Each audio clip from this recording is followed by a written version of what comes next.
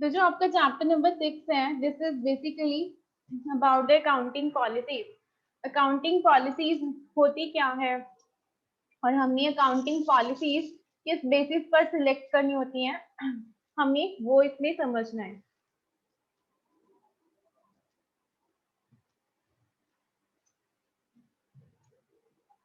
तो accounting policies को किस बेसिस पर हम सिलेक्ट करते हैं? इन तीन चीजों के बेसिस पर हम अकाउंटिंग पॉलिसीज को सिलेक्ट करते हैं। First one is prudence, next is substance over form and materiality. तो ये तीनों मैंने आपको ऑलरेडी आपकी लास्ट क्लासेस में बताया हुआ है, बताया था ना आपके चैप्टर नंबर 4 में। तो ये वन बाय वन आप मुझे बताइए, प्रूडेंस मीन्स क्या होता है? What do you mean by the term prudence? Anyone tell me what do you mean by prudence? ये मैंने आपको चैप्टर नंबर 4 में डिटेल में डिस्कस किया था कि प्रूडेंस का मतलब क्या होता है।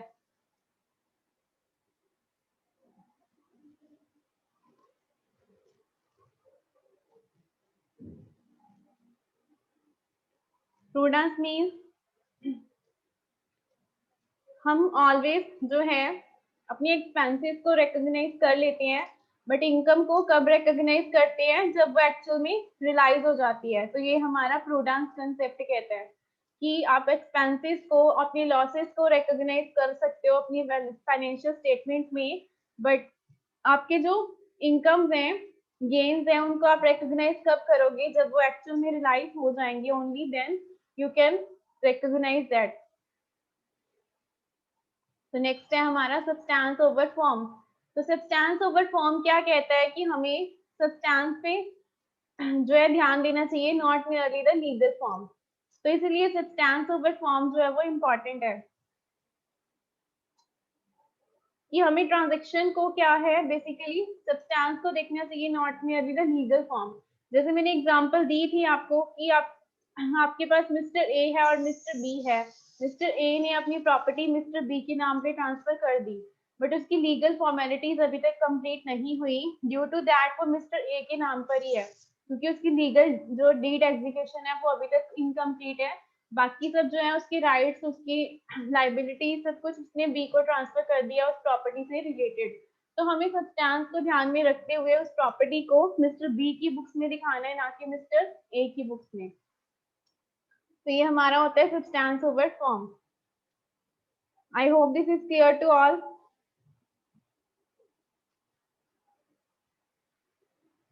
ओके, तो नेक्स्ट इज मटेरियलिटी। तो मटेरियलिटी मीन्स कि कौन सी चीज जो है किसके लिए कितनी मटेरियल है, उसकी कितनी इंपॉर्टेंस है, that is called the materiality. तो ये ऑलरेडी हमने डिस्कस किया हुआ है। तो next we are going to discuss the accounting policies का मतलब। अकाउंटिंग पॉलिसीज क्या होती हैं? तो it refers to specific accounting principle and method of applying these principles. तो आपने अकाउंटिंग पॉलिसी के मीनिंग में क्या लिखना है?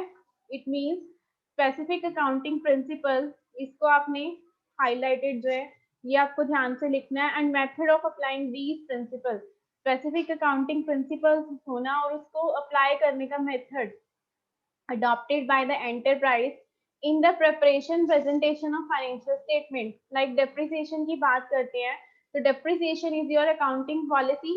इसको लगाने के अलग अलग methods हैं, straight line, WDV and all the other methods। तो वो क्या है? method of applying these principle, इस principle को लगाने का method। तो this is called the accounting policy। am I clear?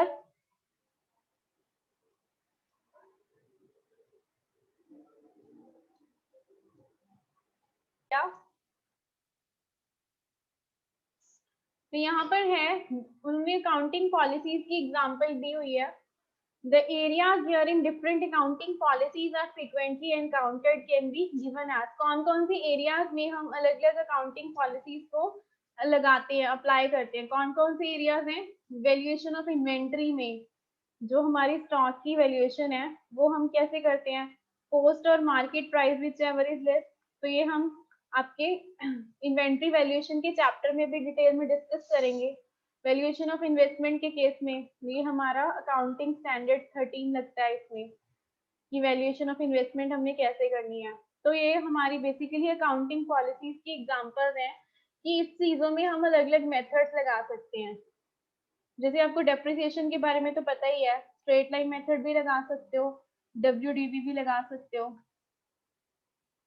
आप नंबर ऑफ प्रोडक्शन यूनिट के बेसिस पर भी डेप्रिसिएशन निकाल सकते हो, सम ऑफ ईयर डिजिट मेथड, ये अलग अलग मेथड्स हैं जो हम आपके चैप्टर नंबर 5 में डिस्कस करेंगे। ये आपका फर्स्ट चैप्टर चल रहा है, तो 5th चैप्टर में हम डेप्रिसिएशन के बारे में डिस्कस करेंगे।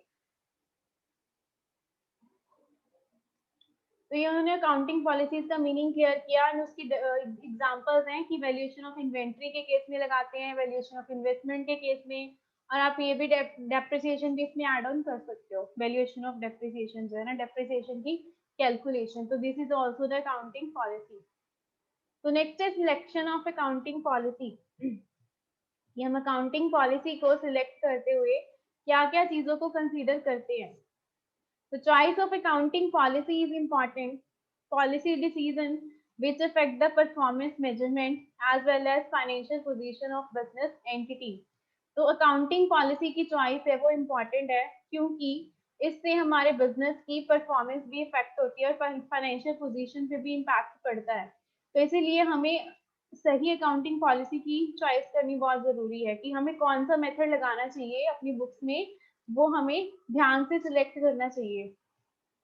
सिलेक्शन ऑफ इनअप्रोप्रिएट, अगर गलत अकाउंटिंग पॉलिसी हमने चूज कर ली तो उससे हो सकता है कि हमारी परफॉर्मेंस का सही से पता ना चले, हो सकता है हमारे प्रॉफिट को ज्यादा दिखा दे वो, या फिर हो सकता है हमारे लॉसेस को ज्यादा दिखा दे, तो कुछ भी हो सकता है। तो अकॉर्डिंगली हमें अपनी अकाउंटिंग पॉलिसी को केयरफुली सिलेक्ट करना चाहिए। Thus, accounting policy should be selected with due care after considering its effect on financial performance of business enterprise from the angle of various users of accounts. तो उनके angle से सोच के हमें accounting policy का decision लेना चाहिए। It is believed that no unified and exhaustive list of accounting policies can be suggested. कोई यूनिफाइड लिस्ट नहीं है जो कि यूनिवर्सली एप्लीकेबल है। Three major characteristics should be considered for selection of accounting policy. कौन कौन सी चीजों को कंसीडर करके हम अकाउंटिंग पॉलिसी को सिलेक्ट करते हैं? First is prudence,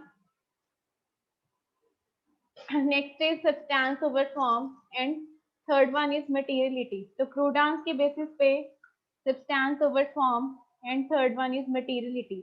on the basis of these factors हम डिसाइड करते हैं कि हमें अपनी एंटरप्राइज में, हमें अपनी ऑर्गेनाइजेशन में कौन सी पॉलिसी जो है वो लगानी चाहिए। The financial statement, it mean आपकी जो बैलेंस शीट है, प्रॉफिट एंड लॉस अकाउंट है, वो उसी के अकॉर्डिंग बनता है जो आपने अकाउंटिंग पॉलिसी चूज करी है। मान लो आपने डेप्रिसिएशन में स्ट्रेट लाइन मेथड लगाया, तो आपकी एवरी ईयर की डेप्रिसिएशन जो है सेम रहेगी। तो ये आपकी क्या है, अकाउंटिंग पॉलिसी।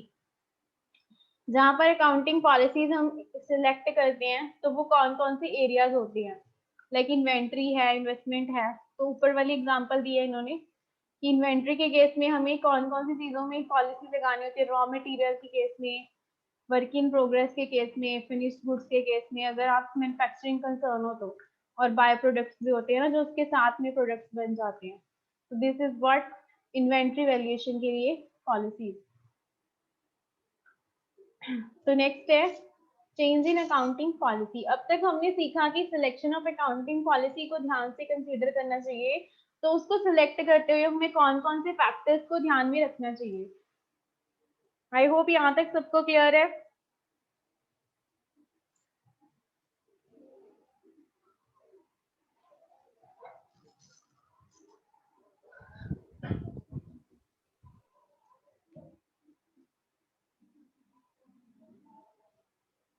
सिलेक्ट किया है, तो जो हमने अकाउंटिंग पॉलिसी सिलेक्ट करी है, हमारा कंसिस्टेंसी कंसेप्ट क्या कहता है कि हमें वो policy over the years apply करनी चाहिए, सेम पॉलिसी। बट कुछ केसेस में हमें अलाउड है कि हम पॉलिसी को चेंज कर सकते हैं, जैसे कि हमने आपके चैप्टर नंबर 2 में इसके बारे में डिस्कशन करी थी कि आप अकाउंटिंग पॉलिसी को जनरली चेंज नहीं कर सकते। ये आपका कंसिस्टेंसी कंसेप्ट कहता है ना। कंसिस्टेंसी क्या कहता है, जो आपका कंसिस्टेंसी वाला कंसेप्ट है कि आपको कंसिस्टेंटली सेम पॉलिसी को ओवर द इयर्स लगाना चाहिए, बट कुछ केसेस में आपको अलाउड है कि आप उस पॉलिसी को चेंज कर सकते हो। तो कौन कौन से केसेस में कौन कौन सी रीजन की वजह से आप चेंज कर सकते हो, हम उसके बारे में डिस्कशन कर रहे हैं। तो इसके केस में 3 चीजें हो सकती हैं जब आपको अलाउड है अकाउंटिंग पॉलिसी को चेंज करना। वो कौन कौन सी हैं, मैंने पहले भी आपको एक बार बताया था, तो इफ यू रिमेम्बर तो टेल मी।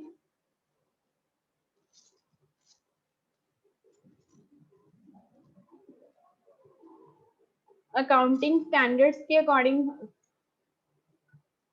फर्स्ट है अकाउंटिंग स्टैंडर्ड्स को कंप्लाई करने के लिए हमने पॉलिसी को चेंज करा है।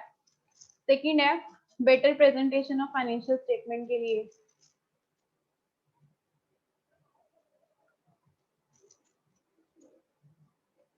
Third one is required by law, law की रिक्वायरमेंट थी। तब इन दीज 3 केसेस हमें अलाउड है कि हम अपनी अकाउंटिंग पॉलिसी को चेंज कर सकते हैं, बट अदरवाइज हम किसी भी पॉलिसी को नॉर्मली चेंज नहीं कर सकते।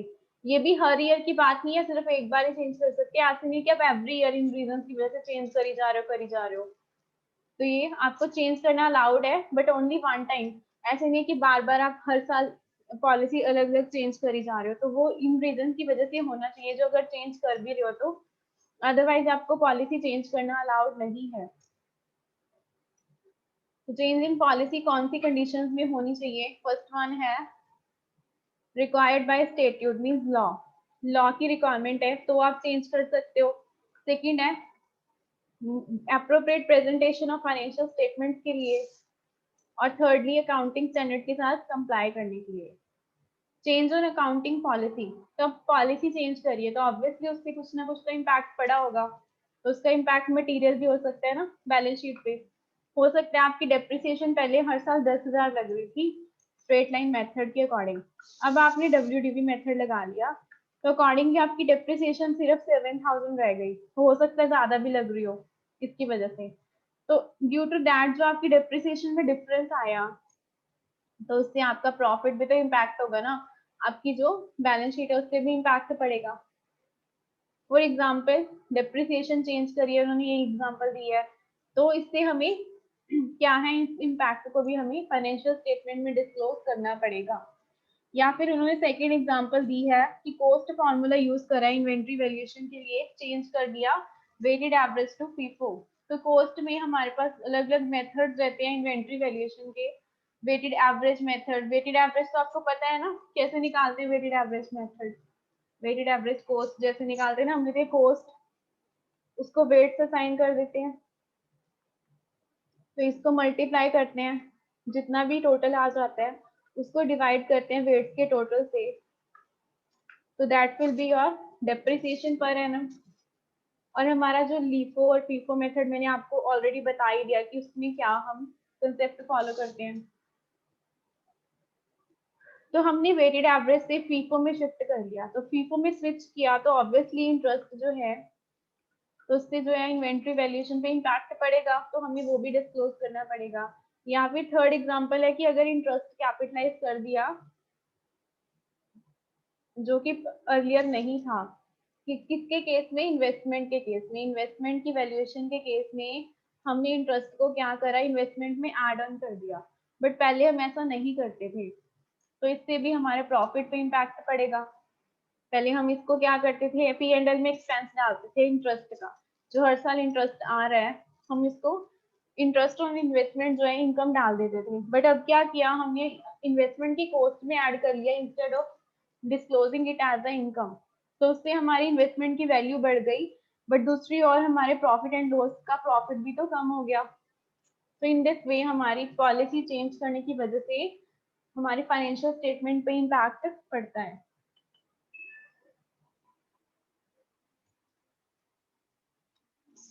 तो ये था हमारा कि चेंज इन अकाउंटिंग पॉलिसी कब कब अलाउड है और इससे क्या इम्पैक्ट होता है। तब इसके क्वेश्चन डिस्कस करते हैं हम। चेंज इन पॉलिसी, यहाँ तक सबको क्लियर है? हमने अब तक क्या डिस्कस करा है? Yes ma'am.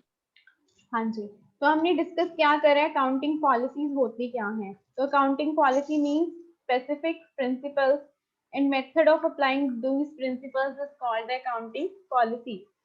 तो अकाउंटिंग पॉलिसी का मीनिंग डिस्कस किया है। सेकेंडली हमने डिस्कस किया है कि सिलेक्शन ऑफ अकाउंटिंग पॉलिसी में कौन कौन से फैक्टर्स को कंसीडर करना चाहिए।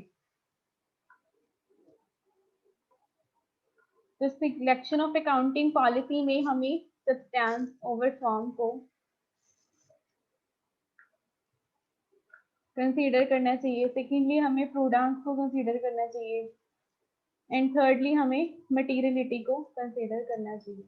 तो we have to consider all these things कि कौन सी पॉलिसी सिलेक्ट करनी है, ऑन दिस बेसिस हम इसको सिलेक्ट करेंगे। थर्ड वन हमने डिस्कस किया कि change in accounting policy normally नहीं होता, बट अगर अपनी पॉलिसी चेंज करनी है तो वो कौन कौन से रीजंस की वजह से होना चाहिए, कौन कौन से रीजन होने चाहिए, रिक्वायर्ड बाय लॉ है, या तो अकाउंटिंग स्टैंडर्ड्स की रिक्वायरमेंट है। थर्ड वन था हमारा for better presentation of financial statements. I hope यहाँ तक सबको क्लियर है।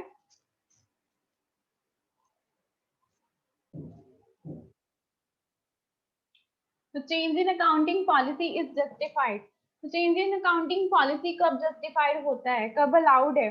Basically first is to comply with the accounting standards and law. Accounting standards and law के साथ कंप्लाई करने के लिए तब हम चेंज कर सकते हैं। सेकेंड है to ensure more appropriate presentation of financial statement of the enterprise. Third है ऑल ऑफ द अबव। तो इसका आंसर कौन सा ऑप्शन आएगा? All of the above. All of the above, exactly. तो C is your correct answer, क्योंकि दोनों ही reasons हैं जिसकी वजह से आप जो है अकाउंटिंग पॉलिसीज को चेंज कर सकते हो।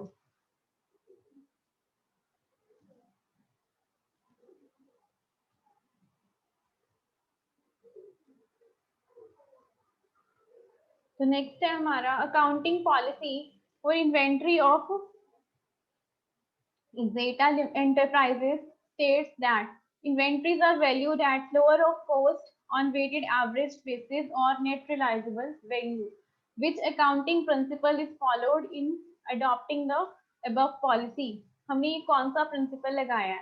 वो कह रहे कि उन्होंने इन्वेंट्री को वैल्यूएशन किया है lower of cost, weighted average और एनआरवी। कोस्ट और एनआरवी तो ठीक है, बट उन्होंने लोअर किस में लिया है? तीन चीजों में, कोस्ट, वेटेड एवरेज और एनआरवी में।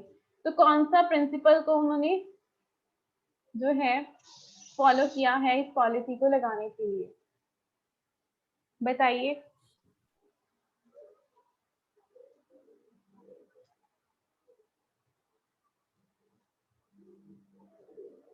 Obviously prudence.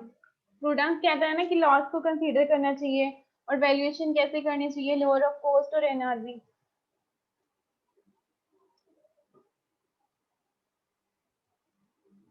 तो नेक्स्ट है the area wherein different accounting policies can be adopted are.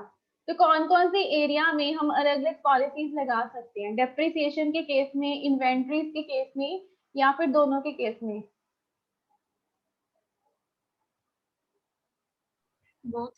Exactly दोनों के केस में हम अकाउंटिंग पॉलिसी अलग अलग लगा सकते हैं। हमने अभी तो डिस्कस किया था इन्वेस्टमेंट के केस में, इन्वेंट्री के केस में, डेप्रिसिएशन के केस में हम जो है डिफरेंट पॉलिसीज को अप्लाई कर सकते हैं। तो ये सब इन चीजों पे हम अलग अलग पॉलिसीज को लगा सकते हैं। Next is selection of inappropriate accounting policy decision. तो अकाउंटिंग पॉलिसी को हमने चूज करने में जो डिसीजन दिया वो गलत है, इट मीन हमने गलत पॉलिसी चूज कर ली। उससे क्या होगा? Overstate the performance and financial position of business की परफॉर्मेंस ज्यादा दिखाई जाएगी, या फिर under overstatement of performance and financial position, under भी हो सकता है, ओवर भी हो सकता है, या फिर overstatement of performance of business entity. तो इन तीनों में से क्या हो सकता है? बी। एग्जैक्टली बी, क्योंकि हमें एग्जैक्टली नहीं पता ना कि हमने गलत पॉलिसी सिलेक्ट कर ली, तो उसे अंडर स्टेट भी हो सकता है, ओवर स्टेट भी हो सकता है। तो दोनों ही पॉसिबिलिटीज हैं।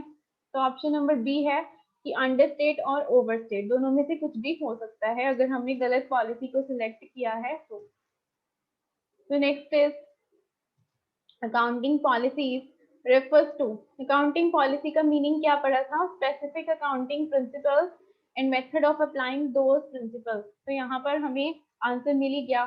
तो accounting principles and method of applying, तो सी हमारा करेक्ट आंसर है यहाँ पर। क्लियर है? हाँ जी, आई होप सबको क्लियर है। Yes ma'am. ओके, तो नेक्स्ट है हमारे पास define the accounting policies in brief. तो अकाउंटिंग पॉलिसीज को हम डिफाइन करेंगे। पहले तो आप ये डेफिनेशन दोगे, accounting policy means specific accounting principles and method of applying these principles is called the accounting policy. फिर आप उसकी एग्जांपल दे सकते हो कि हम अलग अलग पॉलिसीज लगा सकते हैं इन्वेस्टमेंट की वैल्यूएशन में, सेकेंडली इन्वेंट्री वैल्यूएशन में, थर्डली डेप्रिसिएशन की कैलकुलेशन में। तो अलग अलग पॉलिसीज आप लगा सकते हो। तो उन्होंने बताया कि कुछ एरियाज बताओ जहां अलग अलग पॉलिसीज, तो ये वाले एरियाज हम बता सकते हैं। नेक्स्ट है change in accounting policy may have material effect on the items of financial statement। तो इन चेंज इन पॉलिसी का इन पे इम्पैक्ट पड़ता है। Explain the statement with the help of example. तो इसको हम एग्जांपल देके समझा देंगे कि अगर हमने डेप्रिसिएशन का मेथड चेंज कर लिया, मान लो स्ट्रेट लाइन से हमने WDV में स्विच कर लिया, तो हम उसमें एग्जांपल में मान लो हमारी 1 लाख की कॉस्ट थी एसेट की, उसका यूजफुल लाइफ थी 10 ईयर, तो स्क्रैप वैल्यू थी नल।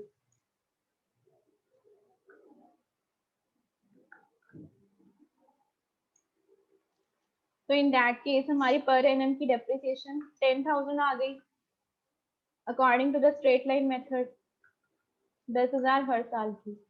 बट हमने थर्ड ईयर में जाके क्या किया, आफ्टर थर्ड ईयर हम कह सकते हैं 3 साल बाद हमने डेप्रिसिएशन का मेथड WDV में शिफ्ट स्विच कर लिया। तो इट मीन्स हमारी 3 साल की डेप्रिसिएशन कितनी बनी? 30,000। तो 1 lakh minus 30,000,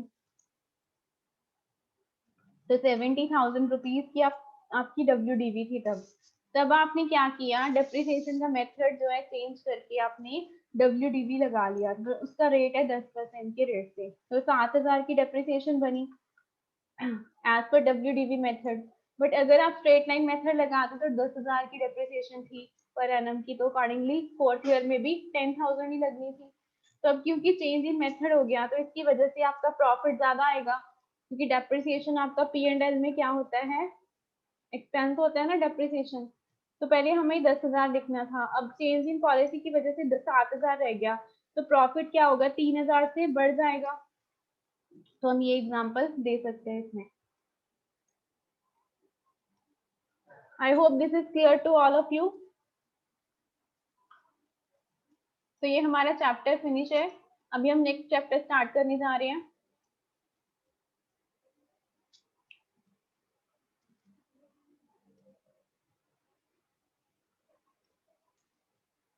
this is unit number 7।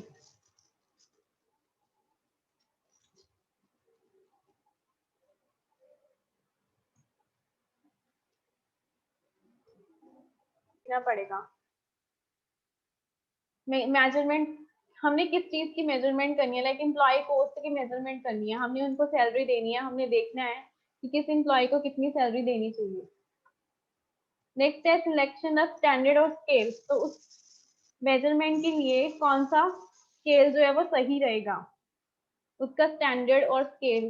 Basically generally हम मनी टर्म्स में मेजर करते हैं, अगर कोई और चीज में भी मेजर कर सकते हैं और स्केल हो सकता है तो हम अकॉर्डिंगली उसको मेजर करेंगे।